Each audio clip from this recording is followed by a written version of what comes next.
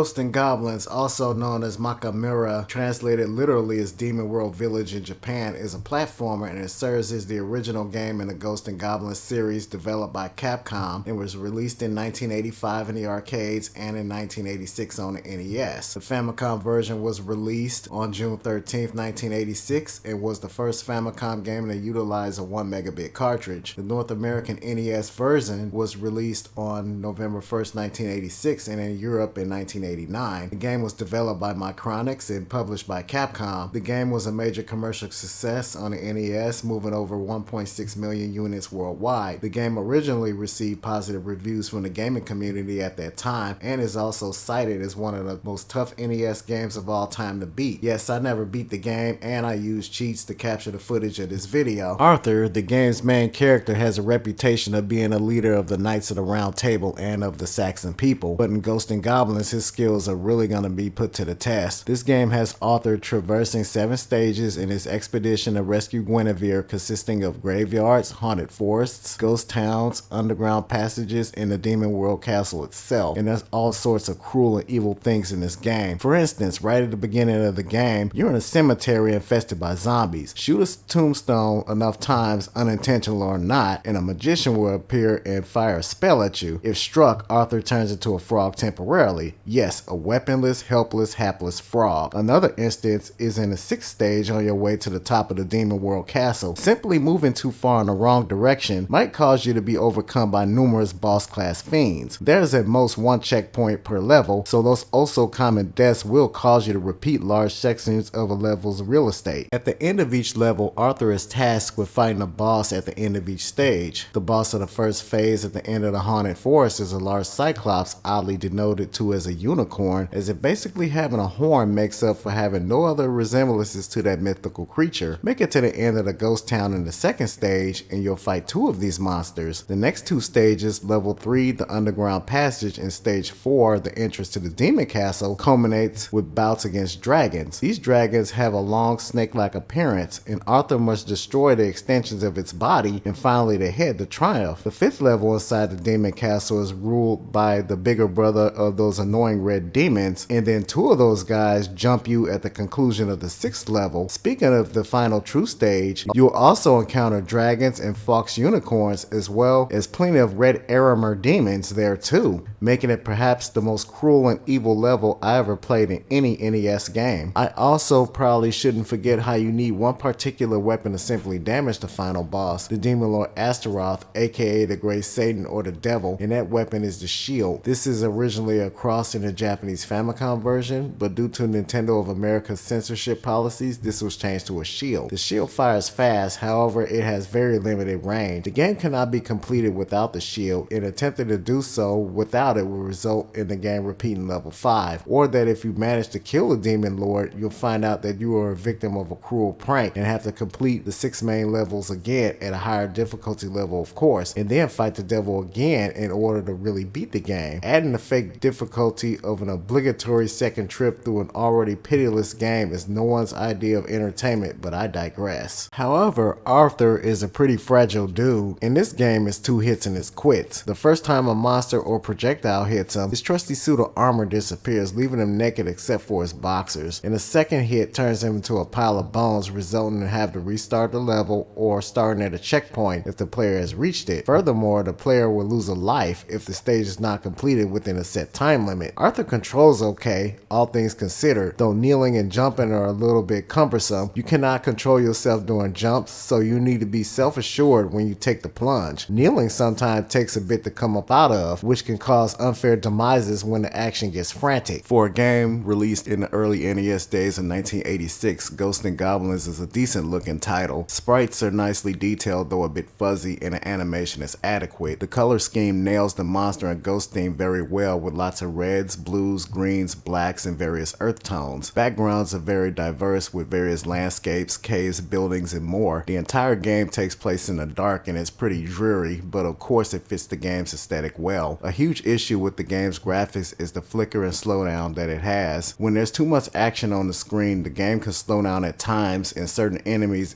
or visuals can flicker in and out. Music fits the game perfectly, and the tune that plays through the first 2 stages is memorable enough that many classic classic game fans might recognize it. The music changes every 2 levels, but it's doubtful many people ever even heard any music beyond the first tracks due to the game's difficulty. There are 4 continuous looping tracks that span the 7 levels. The game's sound effects are serviceable, but they're a little bit on the shrill side. Here's an example of the tracks that play throughout the game's 7 stages.